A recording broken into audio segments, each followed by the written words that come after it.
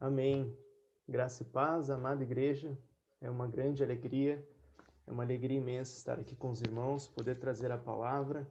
É uma satisfação enorme estar com a igreja do Senhor. Uma grande responsabilidade, mas é uma oportunidade, né? De estar aqui com os irmãos, adorando e aprendendo mais a palavra do Senhor. Eu peço que os irmãos abram comigo a palavra do nosso Deus na carta de Paulo aos Filipenses. Na oportunidade que tive de trazer a palavra, eu expus aos irmãos os versos no capítulo 1 de Filipenses, dos versos 1 a 2. Daremos continuidade, então. Leremos hoje dos versos 3 ao 11. Carta de Paulo aos Filipenses, capítulo 1, dos versos 3 ao 11. Vamos ler então a palavra do Senhor, palavra que é suficiente, palavra que é eterna. Capítulo 1, verso 3 até o 11. Diz assim a palavra do Senhor. Todos me ouvem bem?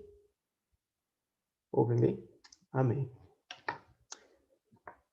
Capítulo 1, verso 3 ao 11. Dou graças ao meu Deus por tudo o que recordo de vós, fazendo sempre com alegria súplicas por todos vós, em todas as minhas orações, pela vossa cooperação no Evangelho, desde o primeiro dia até agora. Estou plenamente certo de que aquele que começou boa obra em vós, há de completá-la até o dia de Cristo Jesus. Aliás, é justo que eu assim pense de todos vós, porque vos trago no coração, seja nas minhas algemas, seja na defesa e confirmação do Evangelho, pois todos sois participantes da graça comigo. Pois minha testemunha é Deus, da saudade que tenho de todos vós, na terna misericórdia de Cristo Jesus. E também faço esta oração, que o vosso amor aumente mais e mais em pleno conhecimento e toda percepção, para provardes as coisas excelentes e serdes sinceros e inculpáveis para o dia de Cristo, cheios do fruto de justiça, o qual é mediante Jesus Cristo, para a glória e louvor de Deus. Amém. Convido os irmãos a fechar os olhos, vamos orar mais uma vez. Senhor nosso Deus, nosso Pai, aqui estamos diante de Ti, Senhor, pedindo o Teu conselho, ó Deus. A Tua palavra é suficiente em dias tão tenebrosos, em dias em que a Tua palavra é deturpada, é usada para tantas outras coisas, que não seja a Tua glória, ó Deus. Uma das palavras da reforma que eu mais gosto, Senhor, e que eu mais tenho comigo é somente as Escrituras. Ó Deus, que a Tua palavra é suficiente, a Tua palavra é eterna, ela nos conduz, a Tua palavra, como diz no Salmo 119, é luz para os nossos caminhos e lâmpada para os nossos pés. Ó Deus, ela é suficiente. Deus, prepara o nosso coração para a Tua palavra, Deus, que nós possamos praticar. Ó Deus, me usa neste momento, Senhor, que o Teu Espírito Santo, Senhor, possa quebrantar os corações, que nós possamos praticar na nossa vida cotidiana a palavra eterna e infalível do Senhor. Ó Deus, receba toda a glória, toda a adoração, sabendo que nós não somos nada. O Senhor é o Deus eterno, o Criador e sustentador de todas as coisas, e que a semente da Tua palavra possa germinar em nosso coração. Ó Deus, acalma o nosso coração, a nossa mente, para que assim a Tua palavra seja ali, Senhor, semeada e que dê muito fruto, um fruto de justiça, um fruto que glorifique, que assim a nossa luz brilhe diante dos homens, para que vejam as nossas boas obras e glorifiquem ao Senhor Deus, nosso Pai que estás no céu. Perdoa as nossas falhas, as nossas fraquezas, pois somos falhos, Senhor. E neste momento nós oramos a Ti, em nome do Teu Filho Jesus, e Tu recebas a adoração. Nós oramos em nome de Jesus. Amém e amém.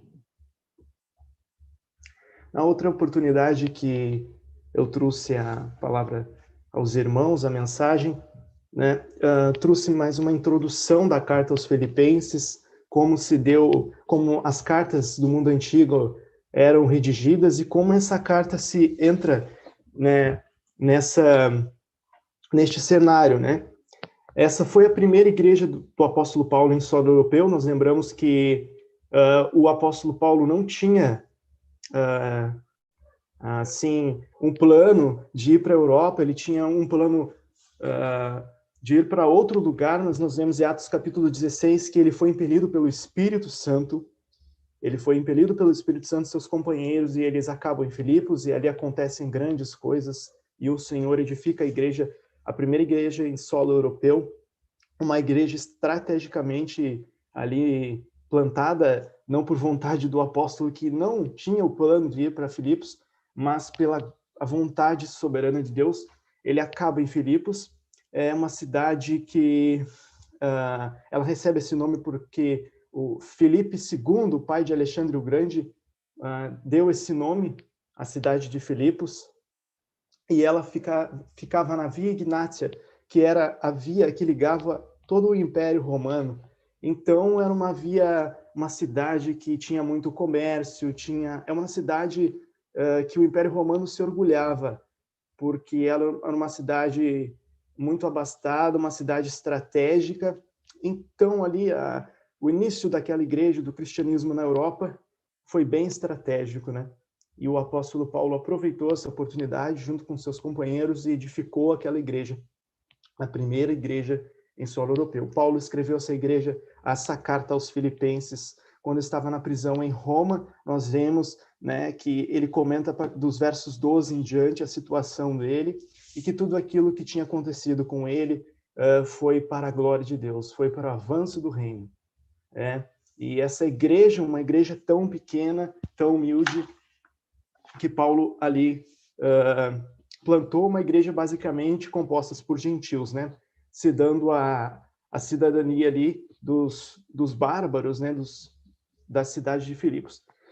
Essa carta foi escrita tanto para expressar alegria como um tema de preocupação, né? Nós vemos no capítulo 1, 2, Paulo falando sobre a sua situação, ele fala sobre a alegria, e pela circunstância dele estar ali na prisão, ele enfatiza muito a alegria, né? E também, a partir do capítulo 3, ele fala sobre o perigo da falsa circuncisão dos judaizantes que ali cercaram essa igreja.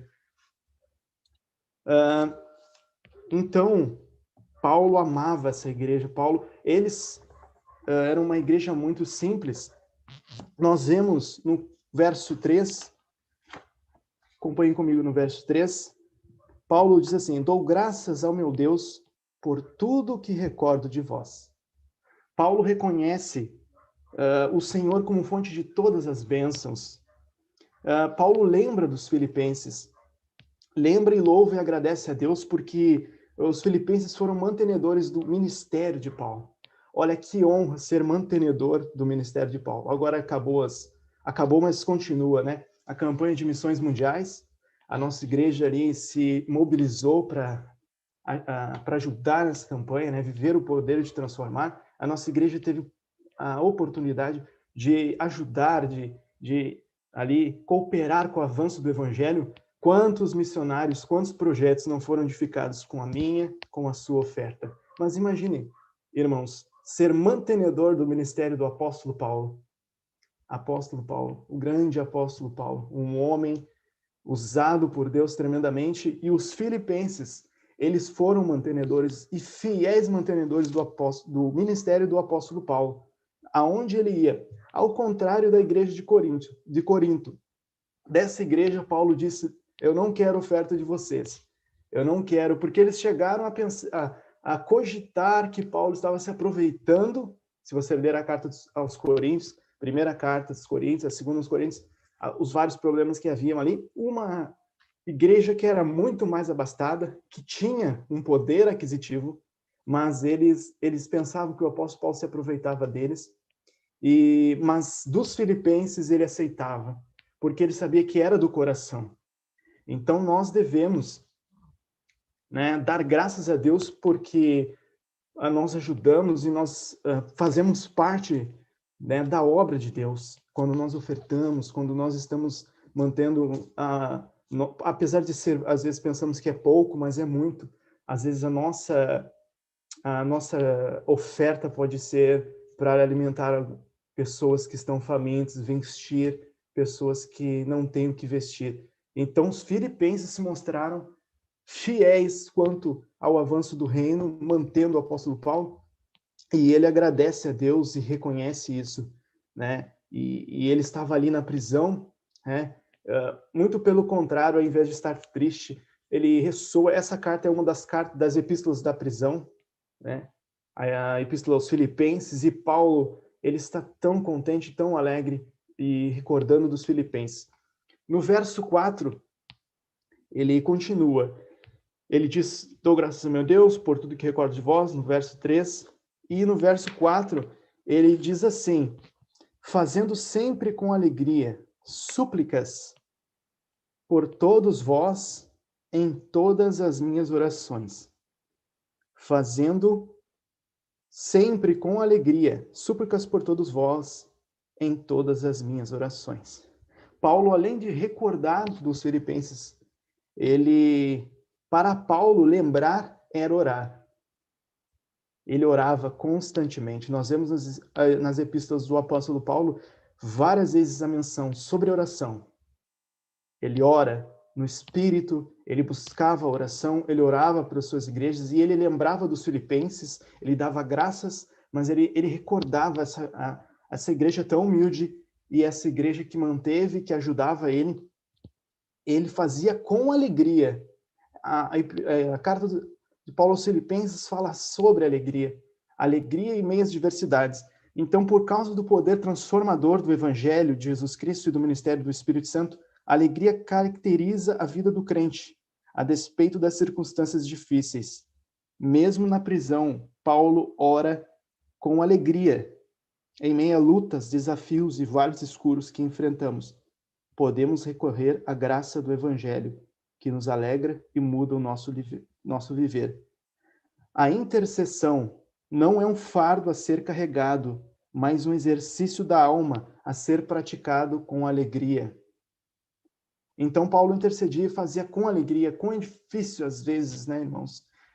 Ter uma vida de oração, uma vida de intercessão, é uma verdadeira luta, orar, mas com a graça de Deus, Paulo orava com alegria, e ele estava numa circunstância dificílima, porque estava preso em uma circunstância difícil, mas ele falava sempre, súplica por todos vós, em todas as minhas orações, em todas, uma inveja santa desse homem, né? Em todas as minhas orações. Ele não orava por uma, duas, três ou quatro pessoas de Filipos. Ele orava por todos os irmãos. Né? Que nós possamos também lembrar de todos, porque todos são importantes dentro do corpo de Cristo. Né? Todos são importantes, não só a cabeça, o pé, a mão, todos os membros dentro do corpo. E nós devemos orar tanto pelo nosso pastor como todos os irmãos, e fazê-lo com alegria. Que Deus nos ajude e conceda graça para que nós possamos fazer isso. Então, Paulo orava e agradecia sempre por causa que ele via resultado nos filipenses, né? Ele via a prática daquilo que eles aprenderam e da fidelidade deles. E a fidelidade deles no avanço do evangelho. Ele fala no verso 5, acompanhem comigo, verso 5. Pela vossa cooperação no evangelho, desde o primeiro dia até agora. Desde o primeiro dia até agora. Os filipenses foram fiéis ao avanço do evangelho. Filipenses 4:15, Paulo, ele toca nesse tema mais uma vez, depois do capítulo 3, de ele reforçar e falar sobre o perigo e a ameaça que a igreja de Filipos enfrentava dos judaizantes que queriam fazer com que eles voltassem à circuncisão, né? E ele começa a falar de Filipenses 4:15 e diz assim: e sabeis também vós, ó Filipenses, que no início do evangelho, quando parti da Macedônia, nenhuma igreja se associou comigo no tocante a dar e receber, senão unicamente vós outros. Na segunda viagem missionária do apóstolo Paulo, ele deixa a Macedônia e vai para Caia, está em Atos 16, verso 40, depois até o capítulo 18, verso 18. E mesmo antes dele partir, os filipenses foram generosos e fiéis, repetidas vezes. Então diz, nenhuma igreja se associou com ele. Nenhuma igreja. Aquele homem tinha passado por toda a Ásia, tinha plantado igrejas. Esse homem já avançado da sua idade, preso. E olha que exemplo dessa igreja, uma igreja simples, uma igreja que não era das mais abastadas. Como eu falei, Corinto era uma igreja que tinha mais poder aquisitivo, que poderia ajudar mais. Mas como aquela viúva pobre, que Jesus viu ela e ela depositou o que ela tinha de melhor. Ela depositou não o que sobrava, ela depositou tudo o que ela tinha. E os filipenses depositaram tudo o que eles tinham. Olha, o apóstolo Paulo, o maior missionário, o maior evangelista, o maior pastor que já existiu. E os filipenses ajudaram, se associaram com ele. E eles não se vergonharam dele. Eles ajudaram ele. Ele diz, desde o primeiro dia até agora, na cooperação. Imagina ser uma bênção no avanço de Deus, no avanço do reino de Deus. Deus não precisa de nós, mas ele nos dá e concede essa graça de participarmos. Então o apóstolo Paulo fazia, se alegrava com isso, ele via resultados nessa igreja, ele via, dentro da simplicidade deles, e que eles recordavam, eles queriam saber como Paulo estava, quando Paulo estava fazendo missões, eles se preocupavam e eles buscavam, estar com ele em todos os momentos. Lembrem-se, irmãos, todos os momentos, porque ele estava na prisão. Ele estava na prisão, né? E nós vemos mais além que ele comenta que foi um emissário da igreja, Epafrodito, levaram mantimento para ele. Levaram mantimento para ele. Então, desde o primeiro dia que ele plantou até agora, eles foram fiéis.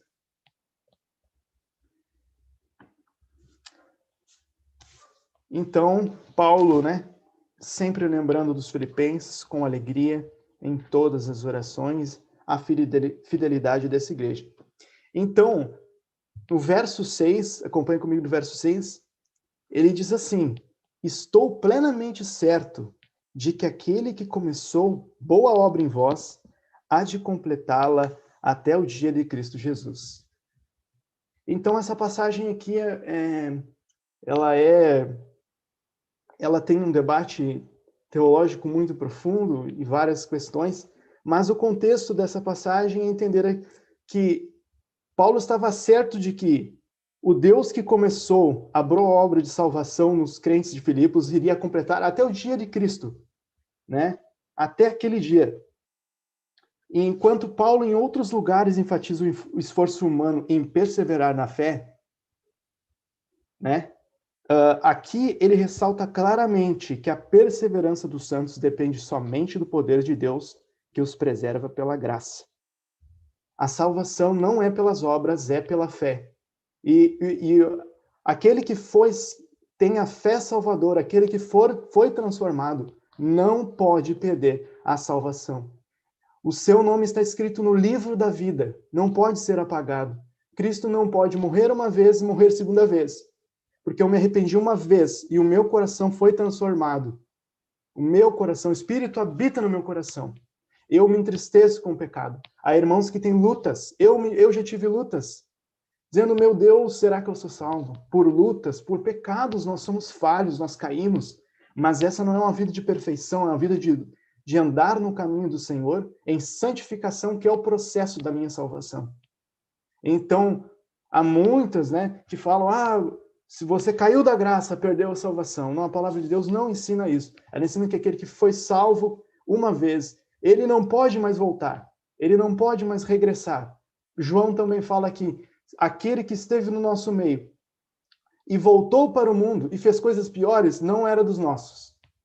Não era dos nossos. Então ele acredita que aquele que começou a boa obra em você, irmão, Paulo acreditava que aquele que começou a boa obra em nós irá completá-la até o dia de Cristo Jesus.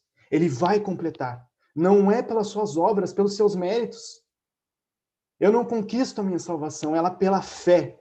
Mediante a fé sois salvos. E isto não vem de vós, é dom de Deus, não de obras para que ninguém se glorie. E muitas vezes dentro da igreja, Há igrejas, né? Eles têm até um palanque atrás do púlpito, né? Aí você vê aqueles 30 membros lá atrás do púlpito. Não, nada contra, muitos, né, são irmãos que andam com o Senhor, né? A gente não pode julgar, reter aquilo que é bom. Mas você vê naquelas igrejas assim atrás do púlpito, eles parecem que são o Superman, os super crentes. Conquistaram a sua salvação. E aí eles caem, e aí eles são tirados da ceia, e aí eles têm que fazer novas obras para serem salvos. Isso não existe. E Paulo acreditava que aquele que começou a boa obra, e para nós entendermos que ele está falando isso até o dia de Cristo. O que é o dia de Cristo? O que é esse dia de Cristo que Paulo está falando aqui? O dia de Cristo, para nós entendermos, temos que voltar ao Antigo Testamento. O propósito salvador de Deus será consumado no dia de Cristo. Deus começa a obra de salvação quando nós cremos. Cremos em Deus, você já está trabalhando seu coração à santidade, o processo, o Espírito testifica e começa a trabalhar em você o caráter de Cristo. Mas para entendermos que isso será consumado, a perfeição, a plenitude será no dia de Cristo. Vejamos em Isaías 13, do verso 9 ao 10. O dia do Senhor. O que significa o dia de Cristo? Diz assim Isaías 3, verso 9 ao 10. Eis que vem o dia do Senhor, dia cruel, com ira e ardente furor, para converter a terra em assolação e dela destruir os pecadores. Porque as estrelas e constelações dos céus não darão a sua luz. O sol, logo ao nascer, se escurecerá, e a lua não fará resplandecer a sua luz. Então ele fala do dia do Senhor. Também Isaías 34, 4. Todo o exército do céu se dissolverá, e os céus se enrolarão como um pergaminho. Todo o seu exército cairá, como cai a folha da vide e a folha da figueira. Está falando sobre a volta do Messias, quando Jesus, que agora está sentado no trono de graça, de misericórdia, voltar para julgar palavras, ações e pensamentos dos homens e as obras.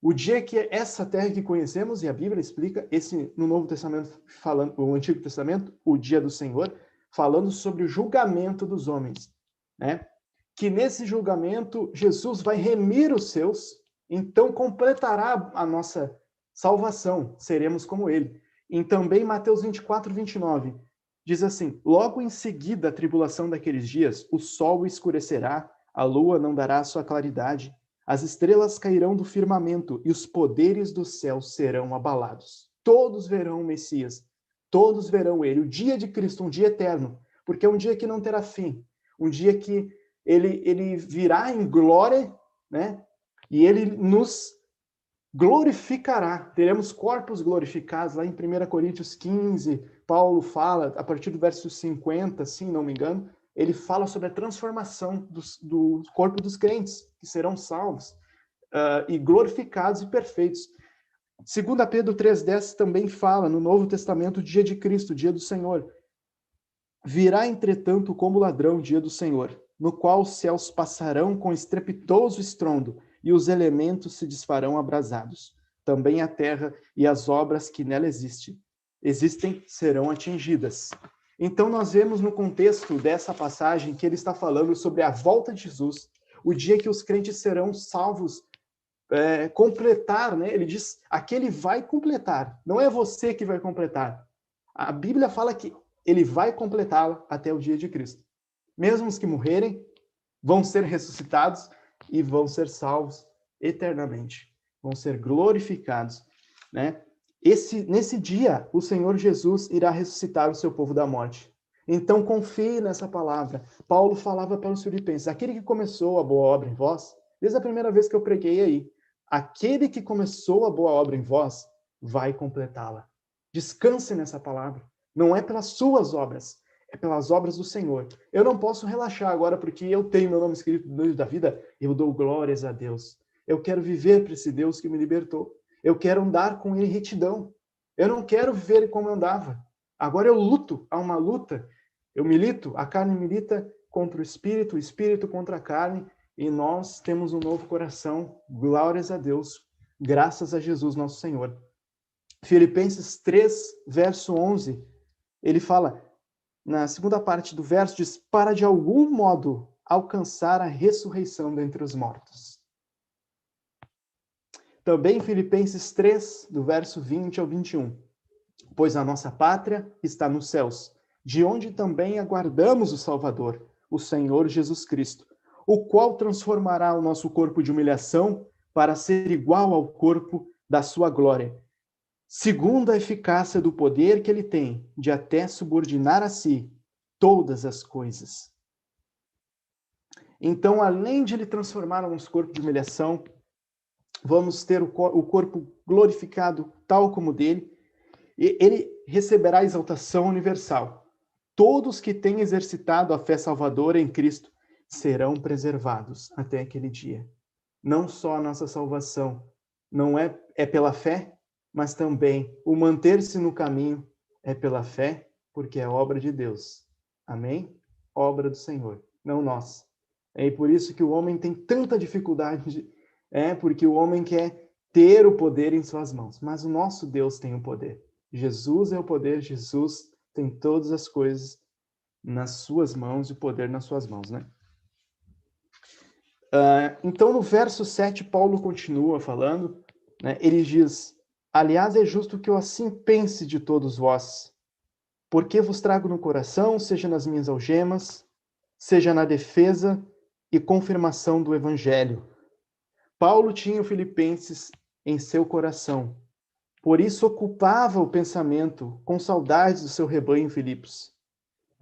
Esse laço de afeição era visível pela participação dos filipenses na busca de suprir as necessidades do apóstolo, mesmo quando este esteve em algemas. Esse termo, vos trago no coração, também pode ser, né, no original, vocês me têm em seu coração. Né? Vocês me têm em seu coração, porque vocês dão prova daquilo que vocês fazem. Né? Vocês sempre me recordam de mim, aonde quer que eu vá, mandam mensageiros, mandam mantimentos e recordam de mim. Né? Seja na defesa, aqui é o termo do original, é apologia, que se deriva o verso da nossa, do cristianismo apologética, que é a defesa da fé. Então, é um termo jurídico, e a confirmação também é um termo, bebaioses, confirmação, termos jurídicos. Então, Paulo era um ministro, realmente, um defensor do evangelho, que ele fala, né, muitos pregam a Cristo, proclamam a Cristo por inveja e porfia, outros fazem, porém, o fazem de boa vontade, né? Estes por amor, sabendo que estou incumbido da defesa do evangelho. Que nós também possamos, né, ser defensores do evangelho. Nós também fomos chamados a defender a nossa fé. No local do seu trabalho, em todos os lugares, não importa o seu conhecimento, a palavra é poderosa. Então defenda a fé. Defenda, como Paulo e os filipenses estavam juntos com ele. Ele diz assim, pois todos sois participantes da graça comigo. A mesma graça divina a qual Paulo se apoiava e era dependente, os crentes em Filipos eram participantes. Né? Às vezes a gente pensa assim, irmão David, às vezes eu me sinto assim, eu não tenho tantos dons e talentos, eu não sou o apóstolo Paulo, eu não sou o Barnabé, eu não sou os heróis da fé. Mas Deus não requer isso de você. Todos somos participantes da graça. Todos, Deus deu dons e talentos. E você pode servir na sua igreja local com dons e talentos. Nesse caso aqui, os filipenses estavam servindo ao reino de Deus, mantendo o servo do Senhor na frente missionária, aonde ele ia. Então, agora, nessa campanha que tivemos passada, nós estávamos lá com todos os irmãos. Nós estávamos aqui, nós estávamos em todos os países onde os irmãos, onde os batistas estão, à frente missionária. Não é pouca coisa. Quando nós vemos os irmãos do conselho se esforçando, colocando ali, né, para você ser participante dessa graça, é uma oportunidade bela, e os filipenses não perderam. E eles participavam dessa graça. A graça divina, a graça maravilhosa, que nos dá instrução, que nos conduz, que nos instrui no caminho de salvação. É a graça que nos preenche, que Eu não preciso depender de mim mesmo, mas a graça faz tudo, né? Como várias vezes eles foram pregar, não se preocupem com o que vocês vão falar diante das autoridades. É o Espírito Santo que vai falar. É o Espírito Santo. Não vai ser vocês, é o Espírito Santo. Então, Deus, que efetua em vós tanto querer como realizar. Então, continuando, no verso 8, Paulo fala, pois minha testemunha é Deus da saudade que tenho de todos vós. Paulo invoca a Deus como sua testemunha para testificar sobre aquilo que ele diz. Né? Paulo invoca a Deus, nós vemos ali na nossa aula, né, como usar o nome de Deus e como cumprir nossos compromissos com o nome de Deus e também invocando o nome de Deus. Né? Paulo está falando, olha, eu invoco o nome de Deus para vocês terem certeza da saudade que tenho de todos vós. Que pastor, hein? Que pastor era esse homem? A saudade que tenho de todos vós, com alegria. Imagina esse homem, qual eram as circunstâncias do mundo antigo no primeiro século de uma prisão. Se hoje as prisões já são terríveis, imagina uma prisão, né, no sentido romano, nós sabemos uma coisa assim, bruta, né? Mas esse homem estava numa prisão, nós não sabemos a que circunstâncias estavam, e ele não estava pensando nele, ele estava pensando nos irmãos e orando com alegria, e ainda da saudade que tenho de todos vós. Imagina só, o quanto nós não aprendemos com isso. Por mais que as circunstâncias da vida estejam difíceis, nós ainda podemos lembrar. E Paulo, né, para Paulo, lembrar era orar. Às vezes não preciso, né, estar com a pessoa, nós agora com esse momento difícil, eu não preciso também, claro que podemos mandar mensagens, podemos falar, é uma bênção, agradável estar em comunhão, mas para Paulo lembrar era orar. Então, ele invoca o nome de Deus e diz, olha, para vocês terem certeza da saudade que eu tenho de todos vocês, da saudade que eu tenho de vocês, porque eu amo vocês, e eu estou aqui, mas eu me alegro, porque quando chegou, imagina Paulo chegando aquele donativo que ele estava necessitado, na prisão, e ele pensava, não, poderia ser de uma igreja como Corinto, uma igreja abastada, mas quando ele deve ter pensado, quando chegou ali, Epafrodito trazendo os mantimentos para ele, Filipos, e ele dá glórias a Deus, aquela igreja humilde, eles se lembraram de mim, eles estão comigo, eles estão comigo. Ele invoca o nome de Deus. Então ele continua assim, na terna da saudade que tenho de todos vós, na terna misericórdia de Cristo Jesus. No verso 8, na terna misericórdia de Cristo Jesus. Terna misericórdia ou compaixão. Compaixão. Vemos lá em Mateus 9:36. Diz assim, Mateus 9:36, para ilustrar o que significa que Paulo está falando sobre essa compaixão. Mateus 9:36. Vendo ele as multidões, compadeceu-se delas, porque estavam aflitas e exaustas, como ovelhas que não têm pastor. Estavam aflitas e exaustas, como ovelhas que não têm pastor. Esse mesmo sentimento Paulo tinha pelos filipenses. Ele enxergava as dificuldades, ele viu como Jesus, essa terna misericórdia, ele enxergou isso e ele sentiu, né? Ele fala saudade na terna misericórdia de Cristo Jesus. Tamanho era o sentimento que ele tinha, tamanho era o cuidado que ele tinha com a sua igreja, que ele tinha deixado lá. E nós vemos mais adiante que ele queria enviar o seu discípulo Timóteo para servir nessa igreja. Mais adiante na carta, ele fala, né, sobre Timóteo, que ele queria enviá-lo, né, que ele serviu o evangelho como pai e filho, um discípulo amado dele, Timóteo, então ele queria enviar essa igreja para continuar o trabalho diante, né, deles, né, e para ajudá-los.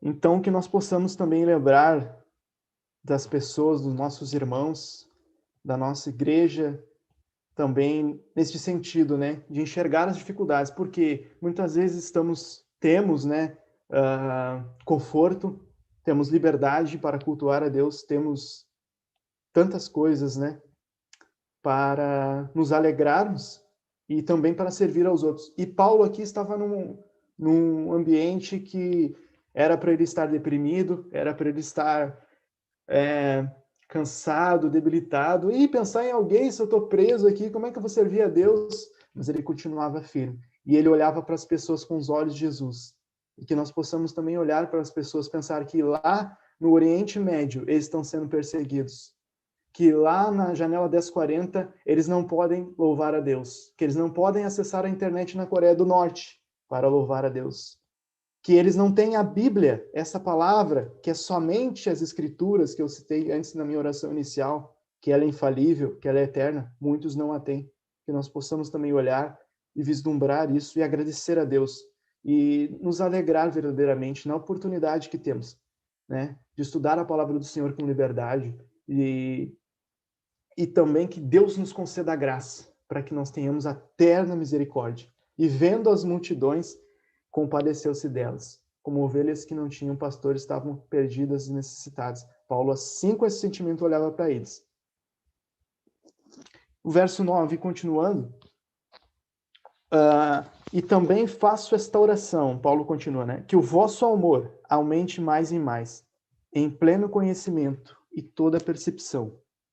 O amor que Paulo recomenda aos filipenses não é um amor sem base, sem objetivo ou meramente emotivo, mas sim um amor que se fundamenta no Evangelho e na maturidade cristã.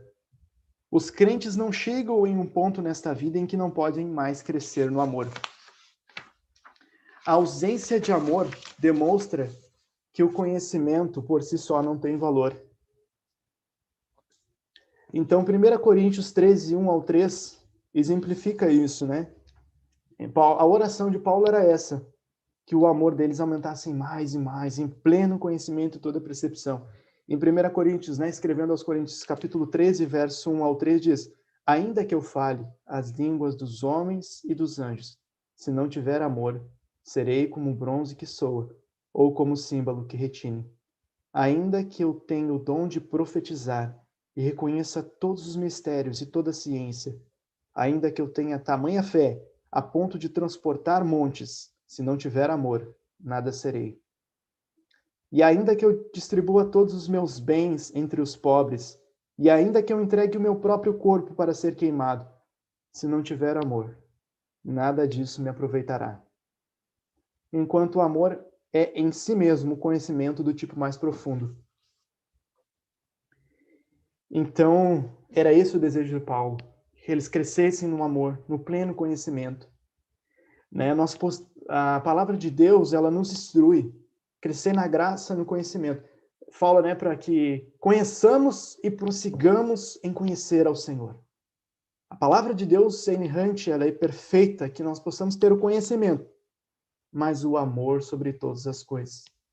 O amor a Deus, como nós estudamos, né, na primeira lição, né, no primeiro mandamento, né, para que nós amar ao Senhor sobre todas as coisas e colocá-lo diante de todas as coisas.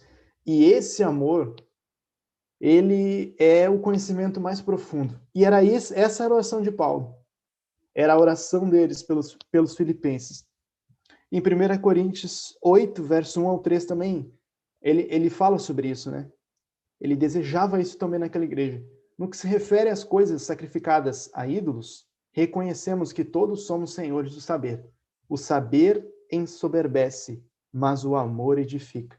Se alguém julga saber alguma coisa, com efeito, não aprendeu ainda como convém saber. Mas se alguém ama a Deus, esse é conhecido por ele. Mas se alguém ama a Deus, esse é conhecido por ele. Então, esse era o desejo dele, que eles crescessem nesse conhecimento, amando a Deus, e ele já via e provas disso, né, nos versos anteriores, ele relembrando esse amor que essa igreja teve por ele, e lembrando dele sempre, em toda a sua caminhada. Quando os irmãos tiverem oportunidade, leiam essa carta por inteiro, demanda uns 15 ou 20 minutos, se você ler calmamente, né? Eu marquei assim, Paulo ele fala todos, primeiro no verso 3, no verso 4, súplica por todos vós. Depois ele fala no verso 7, pois todos. Ele também fala em toda a carta, todos. Ele continua falando sobre a unidade, ele queria que a igreja se mantesse. No capítulo 2, versos 6 ao 11, a cristologia, Cristo se tornando homem. Ele queria explicar para aquela igreja que Cristo, o Senhor da glória, o nosso Salvador, se fez homem, a si mesmo se humilhou, se esvaziou, tornando-se semelhança de homens, tornando-se servo e foi obediente até a morte de cruz. Ele queria, né, a unidade da igreja, falando sobre todos. Todos somos participantes da obra de Cristo. Todos, sem exceção nenhuma. Ninguém é mais que ninguém. E ele queria essa unidade, né? A propósito dessa carta é isso, a alegria no serviço a Deus, e também ele queria a humildade, né? Levar eles a olharem para Jesus e para seguirem a ele. Também ele fala que vocês também me têm por exemplo e sigam os meus passos, né?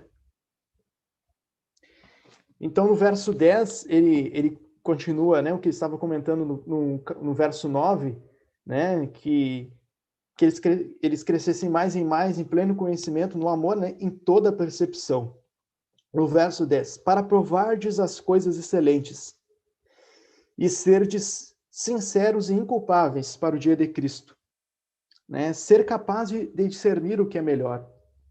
O amor cultiva o discernimento e este cultiva o amor. Dar apoio àquilo que depois de testado comprovou-se ser essencial, vital.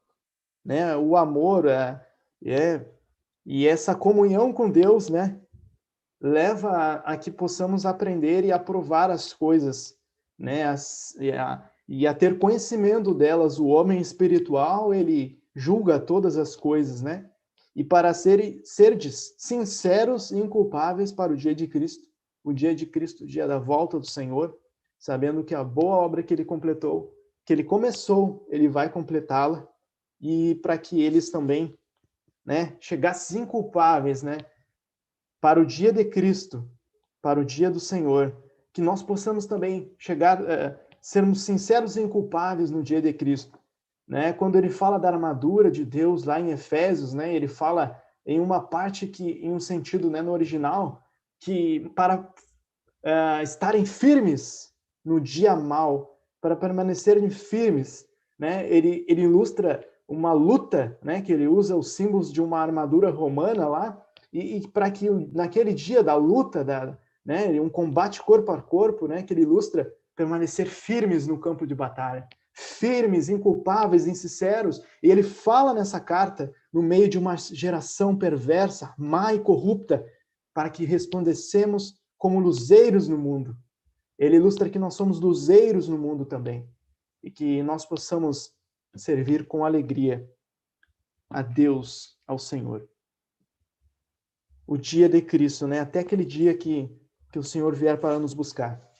Continuando do verso 11, Paulo fala, cheios do fruto de justiça. Cheios do fruto de justiça. Ele não somente é o pecador justificado por meio da fé em Cristo. Ele está falando do fruto da justiça. Então, Filipenses 3, do 8 ao 9, diz assim, sim, deveras considero tudo como perda, por causa da sublimidade do conhecimento de Cristo Jesus, meu Senhor, por amor do qual perdi todas as coisas e as considero como refúgio, para ganhar a Cristo e ser achado nele, não tendo justiça própria que procede de lei, senão a que é mediante a fé em Cristo. A justiça que procede de Deus, baseada na fé. Então, esse fruto de justiça significa da obra de salvação, da obra cheios do fruto da justiça. Que justiça é essa? Quando nós somos salvos, nós não somos salvos pelos nossos méritos, nossas boas obras, palavra de Deus, porque nós, pela fé, o justo viverá pela fé. Nós não vamos chegar no céu e apresentar as nossas boas obras. Mestre, abre os portais eternos para que eu entre. Não. né? Eu até brincamos uma certa vez no PG, eu vou trazer minha carteirinha que eu servi a Igreja Batista, a Igreja Assembleia de Deus, vai ter entrada, passagem no céu. Não. A palavra de Deus ensina, é pela fé em Cristo. E essa justiça é como se eu tivesse no tribunal, condenado, réu de morte ali, né, numa cadeira, porque eu cometi um crime gravíssimo, que não tem volta nenhuma. E Jesus assumiu essa culpa em meu lugar, ele se tornou, né, ali pecado, ele se fez pecado por mim, né? E ele morreu, se tornou um pecador. Deus despejou sua santa ira sobre ele, e ali, recebendo a minha culpa, ele não só morreu, mas como ressuscitou dos mortos ao terceiro dia, vencendo a morte, vencendo o pecado, porque ele nunca pecou. Ele nunca teve um pecado, o único homem que cumpriu toda a lei. Então ele é justo. Por meio dele nós obtemos essa justiça. Não é pelos nossos méritos, não é pelas nossas obras, é pela fé em Jesus. Então Paulo fala cheios do fruto da justiça, ou vida justa que se segue também, vem de Cristo Jesus mediante a obra do Espírito Santo. Então no céu vamos chegar e vamos dizer uma só palavra. Porque você vai entrar por causa desse nome, o nome que está sobre todo nome, o nome de Jesus. Eu vou dizer uma única palavra, Jesus, e os portais vão se abrir, porque ele é o Rei da Glória. Ele abriu os portais e ele está sentado à destra do Pai. Então que nós possamos ser cheios do fruto da justiça. Esse fruto da justiça que está em Gálatas, capítulo 5, verso 22 ao 23. Após nossa salvação, a nossa fé, começa o Espírito a trabalhar em nós. Agora nós somos justos diante de Deus por causa de Cristo. E os frutos desse Espírito, Gálatas 5, 22 ao 23. Mas o fruto do Espírito é amor, alegria, paz, longanimidade, benignidade, bondade, fidelidade, mansidão, domínio próprio. Contra estas coisas não há lei. Não há lei. Então, Paulo desejava ardentemente que eles fossem cheios do fruto da justiça. Essa justiça que nós não obtemos pelas nossas boas obras, mas pela fé em Cristo. Nem a nossa caminhada também nós não fazemos pela nossa própria força. Se bem que nós temos parte na nossa santificação, Deus nos concede essa graça de termos parte, de buscarmos na oração, na leitura, comunhão com os santos, na edificação da igreja, mas sabendo que isso é pela graça. Então, todas as três pessoas da Trindade participam da santificação dos crentes. É um mistério a Trindade, até para os teólogos mais sábios é um mistério, mas nós sabemos que o Espírito está conosco, nos consola, testifica de Cristo, e que o Senhor Jesus, o nosso sumo sacerdote, nos ajuda, nos auxilia, porque ele, sendo tentado em todas as coisas, mas sem pecado, ele pode servir, ele pode nos auxiliar no caminho da verdade. Ele está conosco e o Deus Pai está conosco também. E muitas vezes nós nos pegamos orando em nome do Senhor Jesus, pelo Espírito Santo, para a glória de Deus Pai.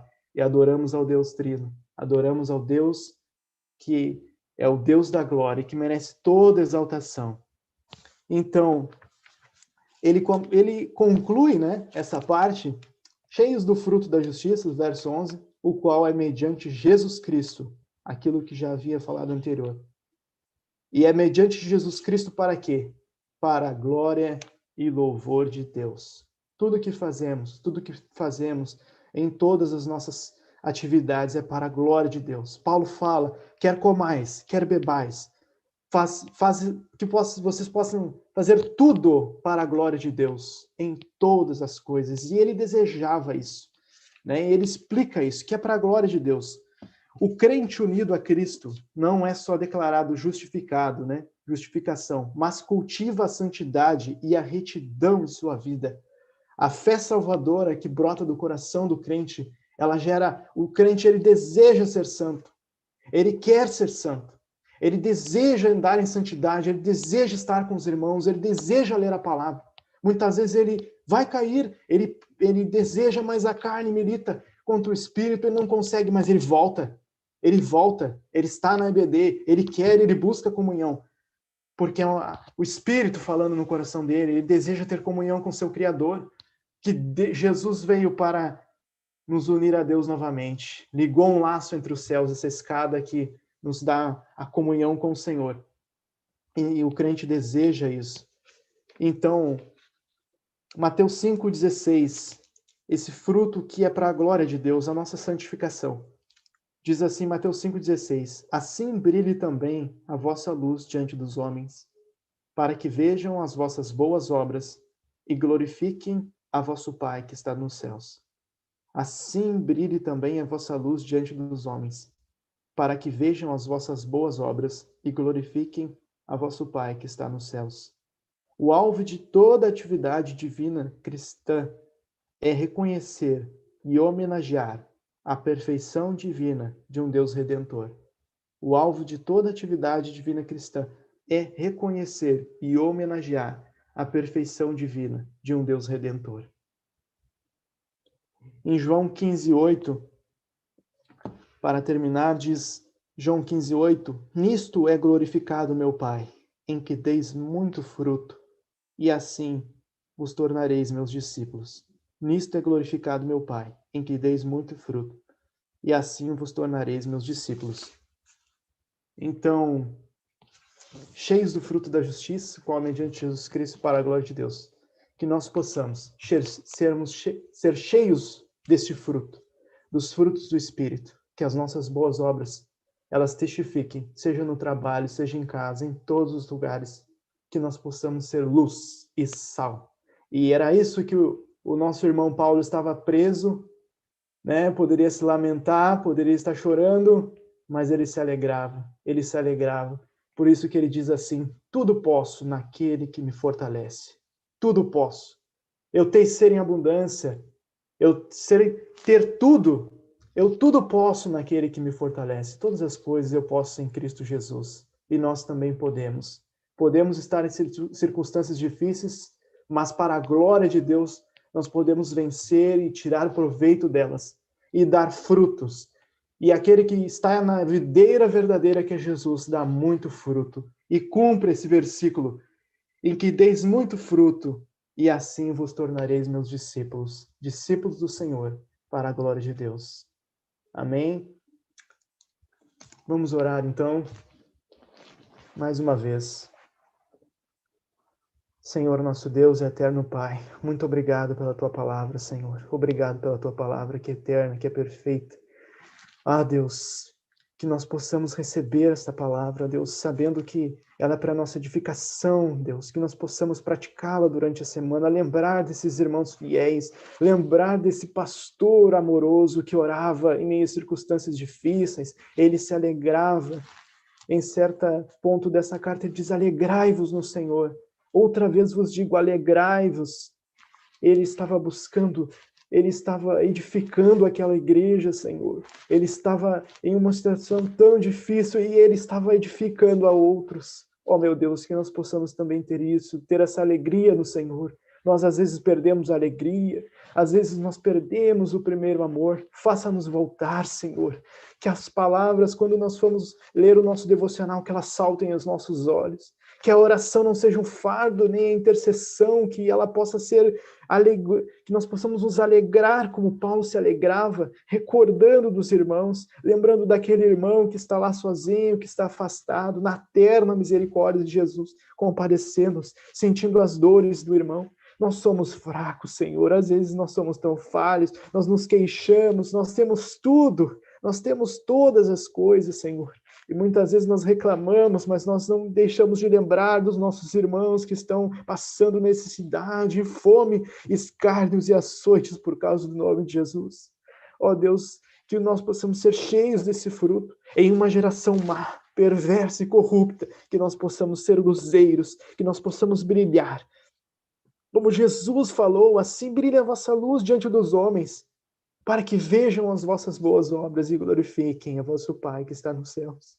Não é para a nossa glória, Senhor. Nós não queremos ser santos, ser mais do que ninguém, para exaltar nosso próprio nome. Nós queremos ser parecidos com Jesus, para a glória de Deus, para o avanço do reino, para que tu sejas engrandecido, para que tu sejas adorado, para que tu sejas louvado.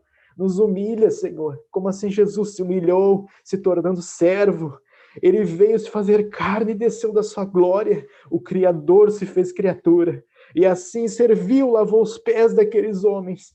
Assim que nós possamos lavar os pés uns dos outros. Ó Deus, que nós possamos servir. Que nós possamos servir a Ti, Deus. Servir porque o Senhor veio, nos serviu. E o Senhor nos dá todas as coisas, pela Tua graça e Tua misericórdia. Nós oramos para que a Tua semente possa dar muito fruto. Que nós possamos ser Teus discípulos fiéis até o dia de Cristo. Assim nós oramos para que o nome de Jesus seja adorado, engrandecido, louvado, para que o Pai seja glorificado no Filho. Nós oramos, te agradecemos, em nome de Jesus. Amém e amém. Agora que o amor de Deus, o nosso eterno Pai, que a maravilhosa graça do nosso único Senhor e suficiente Salvador Jesus Cristo, e que a comunhão e as consolações do Santo Espírito de Deus estejam sobre esta igreja e sobre todo o povo de Deus espalhado sobre a face da terra. Em nome de Jesus. Amém. Deus abençoe a sua vida, uma semana extraordinária, maravilhosa, recheada de experiências profundas, poderosas na dependência do Espírito Santo de Deus.